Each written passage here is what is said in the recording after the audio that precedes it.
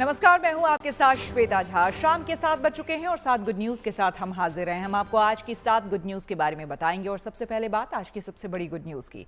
गणतंत्र दिवस परेड 2026 में इस बार कर्तव्य पथ पर भारतीय सेना कुछ खास और अनोखा दिखाने जा रही है।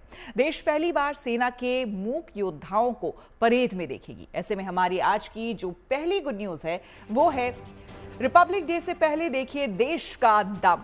आपको हम बता दें कि रिपब्लिक डे परेड में इस बार शिकारी पक्षी यानी कि बाज, सेना के जाबाज डॉग्स, बैक्ट्रियन ऊंट और जंपर पोनी शामिल हो रहे हैं। इन बाजों की नजर इतनी तेज होगी कि इनसे बच पाना बेहद मुश्किल है। भारतीय सेना की ये मूक योद्धा न सिर्फ सीमाओं की रक्षा में मदद करते हैं बल्कि दुर्गम इलाकों में भी सेना के भरोसेमंद साथी हैं।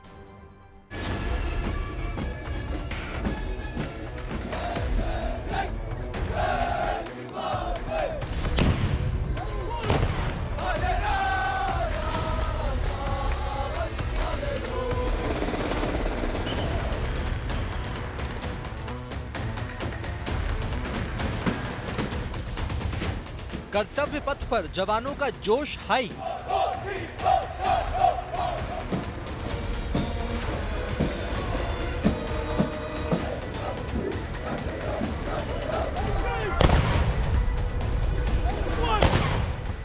इक्कीस तोपों की सलामी से गूंजा आसमान।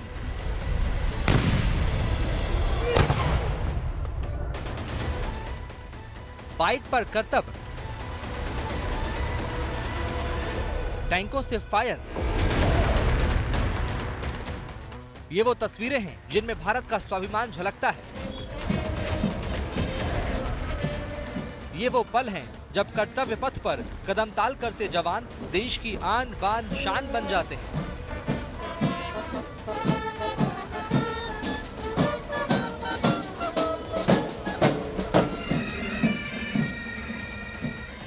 ये तस्वीरें केवल एक दृश्य नहीं है, ये भारत की एकता, शौर्य और समर्पण की गाथा है।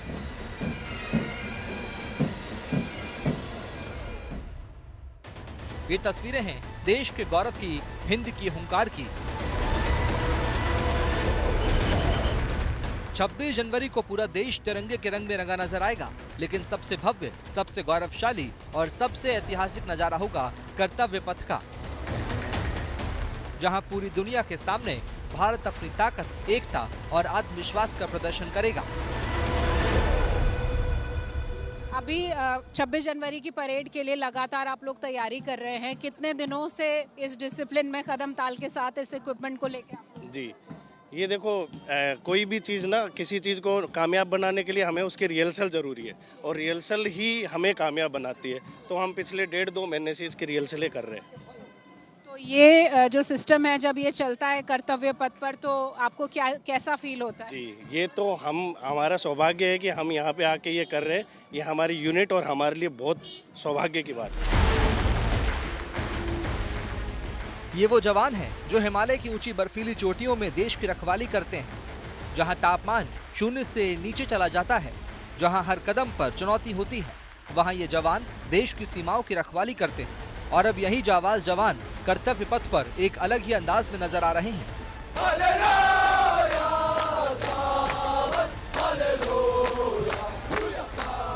वीर जवानों का जोश, जुनून और जज्बा ही है जो उन्हें हर किसी से अलग बनाता है।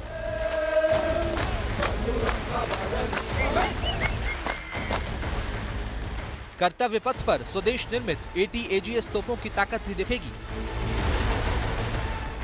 इन तोपों को DRDO, Tata advance system limited, Mahindra defence naval system और भारत फोर्स लिमिटेड ने मिलकर बनाया है।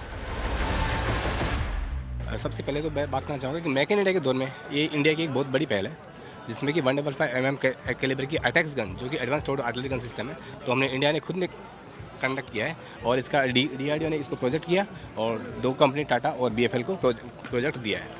तो इसकी बात करूँ तो बाकी धनुष और बफोर्स से अलग खास बात यह है कि इसमें AGAPS automatic gun alignment position system, जो कि एक बहुत बड़ी पहल है, जिसमें कोई अलाइनमेंट के लिए एडिशनल किसी इक्विपमेंट की जरूरत होती नहीं है। इस बार परेड की थीम वंदे मातरम पर रखी गई है। परेड के दौरान कर्तव्य पथ पर 30 झांकियां निकलेंगी, जो स्वतंत्रता का मंत्र वंदे मातरम, समृद्धि का मंत्र आत्मनिर्भर भारत थीम पर आधारित होंगी। पहली बार सेना के रिमाउंट एंड वेटरनरी विंग के जानवर भी परेड में शामिल होंगे।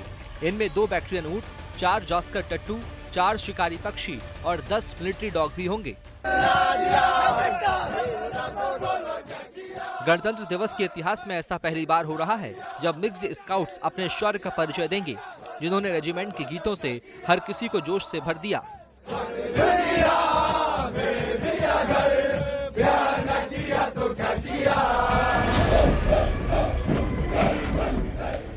भैरव लाइट कमांडो बटालियन भी गणतंत्र दिवस परेड में हिस्सा लेंगी।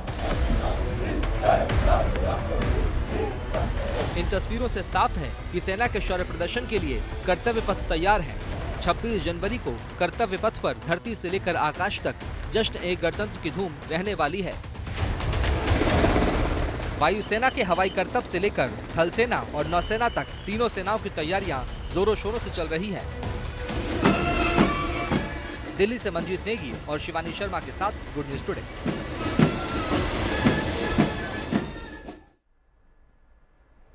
चलिए अब आपको लेकर चलते हैं संगम नगरी प्रयागराज, जहां पर आस्था, भक्ति और विश्वास का अद्भुत संगम देखने के लिए मिल रहा है। संगम घाट जहां पर श्रद्धालुओं से गुलजार है, वहीं पर इन श्रद्धालुओं के लिए सुरक्षा और खाने पीने को लेकर विशेष व्यवस्था की जा रही है। ऐसे में हमारी अगली यानी कि जो दूसरी गुड न्यूज़ है वो है माघ मेला में घुला भक्ति रस का रंग।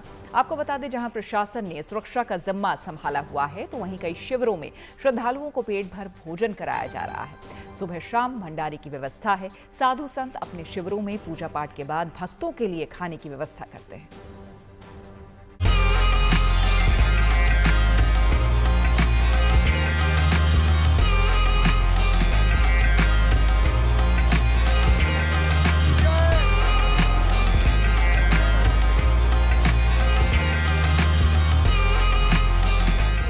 संगम नगरी प्रयागराज में आस्था की बयार बह रही है। संगम तट पर श्रद्धालुओं का सैलाब उमड़ रहा है। ठंड के बीच आस्था की गर्माहट हर चेहरे पर नजर आ रही है। 3 महत्वपूर्ण स्नान हो चुके हैं। अब स्नान होना है बसंत पंचमी का। इस स्नान पर 55 से 60 लाख श्रद्धालुओं के आने की उम्मीद जताई जा रही है। पिछले मौनी अमावस्या की स्नान की बात करें तो लगभग 4 करोड़ से ज्यादा श्रद्धालुओं ने आकर आस्था की डुबकी लगाई थी। संगम में श्रद्धालुओं का तांता अभी भी लगा हुआ है।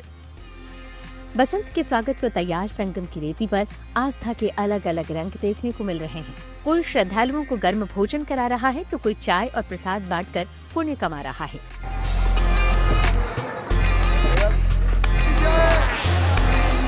साधु संतों के शिविरों में भगवान की पूजा और भोग लगाने के बाद तैयार होने वाला भोजन प्रसाद के रूप में बांटा जाता है। चावल, दाल, बूंदी, रायता, पापड़, नाश्ते से लेकर खाना तक सब कुछ बिल्कुल मुफ्त। हर कोई भंडारे के इस प्रसाद को पाकर धन्य उठता है। ये प्रसाद है, ये महाकाल बाबा का दरबार है। यहाँ ये सेतुआ बाबा आज से नहीं, कम से कम 5 साल से हम लोग आ रहे हैं यहाँ पे, जब से प्रदीप जी मिश्रा महाराज जी आने लगे। ये उन्हीं के दरबार का प्रसाद। हम लोग अपना खाना लेकर आए हैं, लेकिन हम लोग यहाँ लाइन में लग कर उनके प्रसाद को ग्रहण कर रहे हैं। क्योंकि घरों में जो भोजन मिलता है वो सिर्फ भोजन होता है, और इसमें जो मिलता है ये महाप्रसाद होता है। इसमें ईश्वरों की विशेष कृपा होती है, तो जो सभी श्रद्धालु लोग महाप्रसाद के लिए यहाँ लगे हुए हैं। भंडारों में रोजाना 5 से 10 हजार श्रद्धालु भोजन करते हैं, जिसे जहाँ जगह मिलती है वहीं जमीन पर बैठकर प्रसाद ग्रहण कर लेता है। माघ महीने की ये भक्ति रस श्रद्धा को चरम पर ले जाती है और संगम की रेत पर बन जाता है सबका एक सूत्र भक्ति। हरिहर में कोई भी हो, किसी भी मजहब का हो, किसी भी धर्म को मानने वाला हो, किसी भी जाति का हो, किसी भी वर्ण का हो, मैं कोई भेदभाव नहीं करता हूँ। सबको प्रेम से बैठा करके प्रसाद पवाता हूँ। संगम में लगा माघ मेला एक ऐसा धार्मिक स्थल है जहां हर साधु संगम की 3 नदियों में आस्था की डुबकी लगाता है, पूजा पाठ करता है और अपने हाथों से बने भोजन को भोग चढ़ाकर प्रसाद के रूप में बांटता है।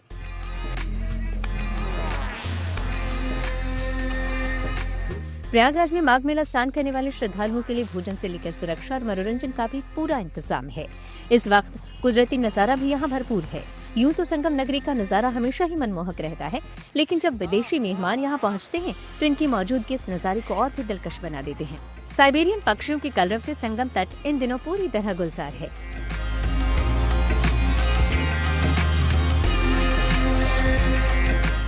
पानी पर अटखेलियां करते इन परिंदों की मनोहारी छवि को देखकर यहाँ पहुंचे श्रद्धालुओं के चेहरे भी खिल उठे हैं। पानी में तैरते साइबेरियन पक्षियों के झुंड ने माघ मेला की भव्यता को मानो और निखार दिया है। साधु संतों की तपस्या, कल्पवासियों की दिनचर्या और भक्ति गीतों की गूंज से पूरा मेला क्षेत्र आध्यात्मिक ऊर्जा से भर उठा है। जो भी यहाँ पहुँचता है उसमें एक अलग ही ऊर्जा और उत्सव देखने को मिलता है। प्रयागराज से आनंद राज के साथ bureau report, good news today.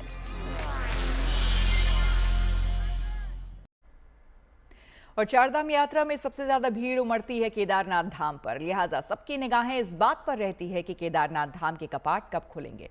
इस साल केदारनाथ धाम के कपाट कब खुलेंगे इसका फैसला शिवरात्रि के दिन होगा। ऐसे में हमारी अगली यानी कि जो तीसरी गुड न्यूज है वो है केदारनाथ के कपाट खोलने पर चर्चा। आपको बता दें कि आगामी शिवरात्रि के महापर्व पर बाबा केदारनाथ के कपाट खुलने का दिन तय हो जाएगा। ऐसे में प्रशासन ने यात्रा तैयारी शुरू कर दी है।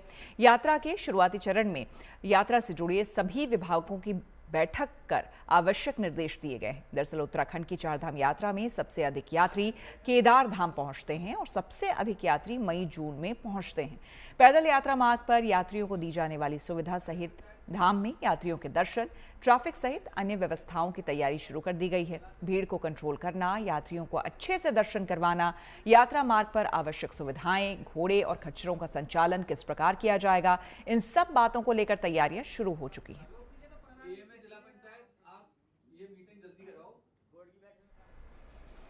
और चलिए अब आपको लेकर चलते हैं रामनगरी अयोध्या में, जहां पर श्रद्धालुओं और आमजन की सुविधा को ध्यान में रखते हुए प्रशासन ने एक अहम और सराहनीय कदम उठाया है। रामनगरी में रामपथ को अतिक्रमण से मुक्त कराने की विशेष मुहिम चल रही है। ऐसे में हमारी आज की अगली यानी कि जो चौथी गुड न्यूज है वो है अतिक्रमण मुक्त अयोध्या का रामपथ।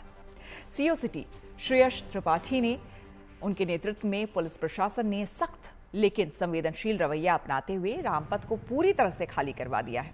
इस अभियान की खास बात यह है कि वकीलों ने भी प्रशासन का पूरा सहयोग किया और स्वेच्छा से अपने वाहन हटा लिए। अयोध्या में रामपथ अतिक्रमण मुक्त की कार्रवाई कल से ही शुरू कर दी गई है। आप देख सकते हैं कि हम जो कचहरी परिसर है, जो सिविल लाइन परिसर है, यहाँ पे लगातार यहीं पे जो बाइकें थी वकीलों की वो खड़ी रहती थी। यहाँ पे उससे अतिक्रमण भी होते थे, आम जनमानस को जो व्यवस्थाओं में दिक्कत भी होती थी। लेकिन श्रेयस त्रिपाठी जो कि यहाँ पे सीओ हैं, उनके नेतृत्व में ये अभियान चलाया गया कि शहर से अतिक्रमण मुक्त किया जाए। तो ये रामपथ है और ये क्लीन और ग्रीन अयोध्या दिखाने का पूरा मोटिव जो योगी आदित्यनाथ की तरफ से मुहिम जो है उसको लेकर एक बड़ा प्रस्ताव रखा गया था कि अयोध्या को क्लीन और ग्रीन करना है। तो उसको लेकर अतिक्रमण मुक्त रामपथ दिया गया है और आज ये जो है प्रशासन की तरफ से ये मुहिम चलाई गई, तो उसको लेकर यहाँ के वकीलों का एक बड़ा सहयोग मिला। उस सहयोग के साथ ही यहाँ पे जो रामपथ है उसको खाली करवाया गया और रामपथ को क्लीन और ग्रीन का एक स्वरूप। आजकल चारों तरफ कचरा या फिर गंदगी बढ़ती समस्या बनता जा रहा है। वहीं कुछ लोग इसी वेस्ट से मिसाल कायम करने के अपनी जिंदगी बदलने की मिसाल कायम कर रहे हैं। ऐसे में हमारी अगली यानी कि जो पांचवी गुड न्यूज है वो है दिल्ली में कबाड़ से बन रहा उपयोगी उत्पाद। आपको बता दें कि दिल्ली के प्रवीण जैन और सीमा जैन कबाड़ से उपयोगी उत्पाद बनाकर न केवल पर्यावरण की रक्षा कर रहे हैं बल्कि इससे वो आने वाली पीढ़ियों के लिए उम्मीद भी बन रहे हैं।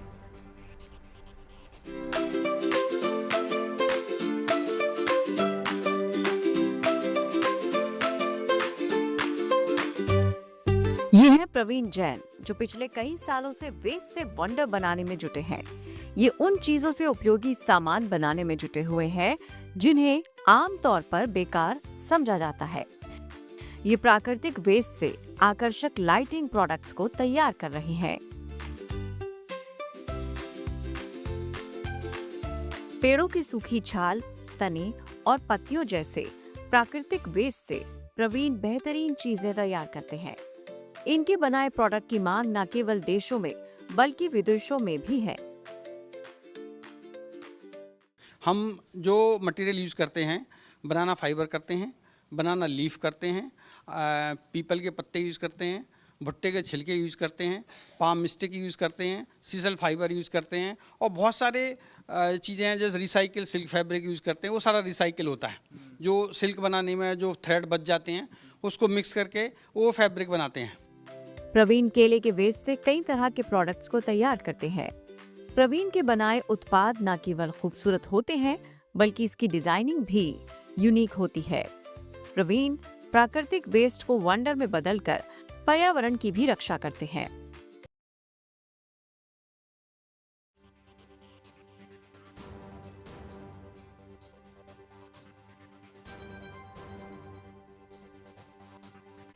गुजरात में एक ऐसा गांव है जहां खेतों से ज्यादा बैंकों की चर्चा होती है और वहां की गलियों में धूल नहीं डॉलर की महक आती है। एक ऐसा गांव जहां पर 10,000 की आबादी है और अरबों का टर्नओवर है। हम बात कर रहे हैं ऐसे गांव की जिसे एनआरआई गांव कहा जाता है। ऐसे में हमारी अगली यानी कि जो छठी गुड न्यूज है वो है आणंद का अमीर गांव, जहां नहीं है कोई थाना। जी हाँ, गुजरात का धर्मज गांव जिसे एनआरआई गांव कहा जाता है। इस गांव में बड़ी संख्या में बैंक तो मौजूद हैं, लेकिन एक भी पुलिस थाना नहीं है।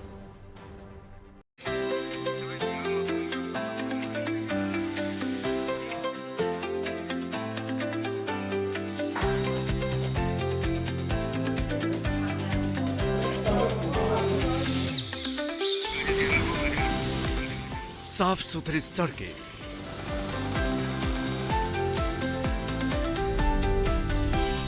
खूबसूरत इमारतें,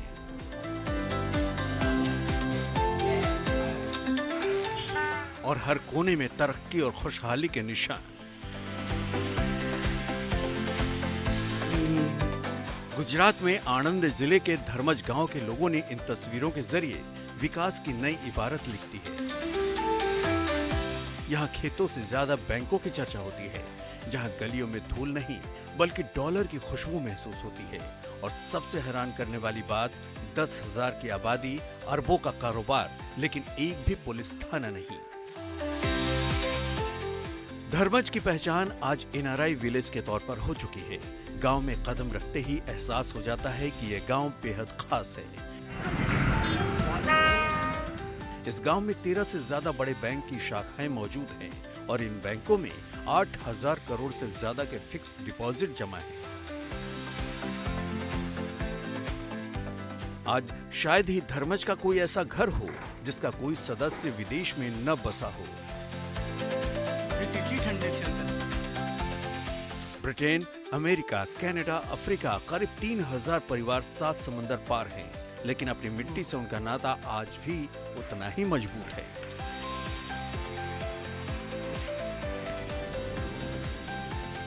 इस गांव में हर साल मनाया जाता है धर्मज डे, जहां डॉलर और पाउंड सिर्फ जश्न के लिए नहीं बल्कि गांव के विकास के लिए खर्च होते हैं।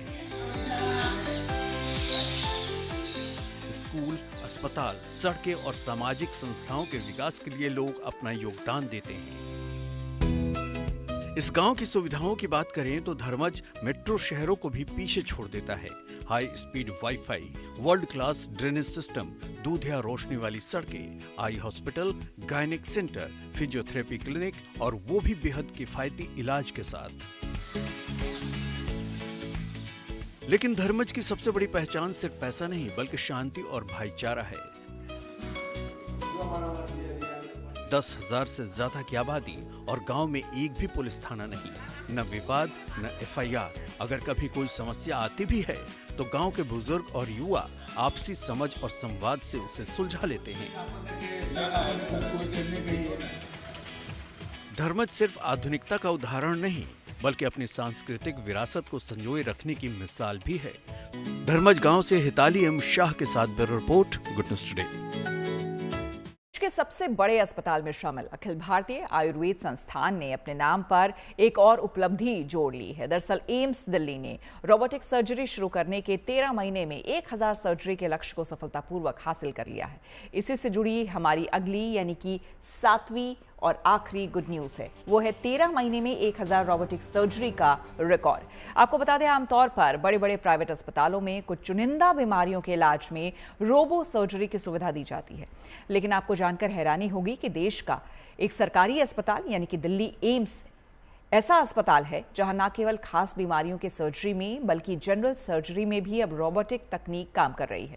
रोबोटिक सर्जरी ओपन सर्जरी की अपेक्षा काफी अच्छी होती है। इसमें छोटा कट लगता है, इसलिए मरीज जल्द स्वस्थ होकर अपने काम पर लौट जाता है। उसको अस्पताल से जल्दी छुट्टी मिल जाती है। वहीं रोबोटिक सर्जरी प्राइवेट अस्पतालों में काफी महंगी होती है, लेकिन दिल्ली एम्स में रोबोटिक सर्जरी मरीजों को मुफ्त में मिलती है। पिछले 13 महीने में यहाँ 1000 सर्जरी पूरी हुई है। यहाँ रोबोट सर्जरी की शुरुआत नवंबर 2024 से हुई थी। ये एक बड़ी उपलब्धि है, ये हमारे सर्जरी ब्लॉक के लिए, हमारे एम्स के लिए और हमारे देश के लिए भी। 13 महीने पहले हमने रोबोट एक्वायर किया था जो हमारे सर्जरी ब्लॉक में इंस्टॉल हुआ और हमने ऑपरेशन करने शुरू किए नवंबर 2024 से। और अब तक हमारे 25 फैकल्टी मेंबर्स ने इसमें काम किया है, ट्रेन किया है।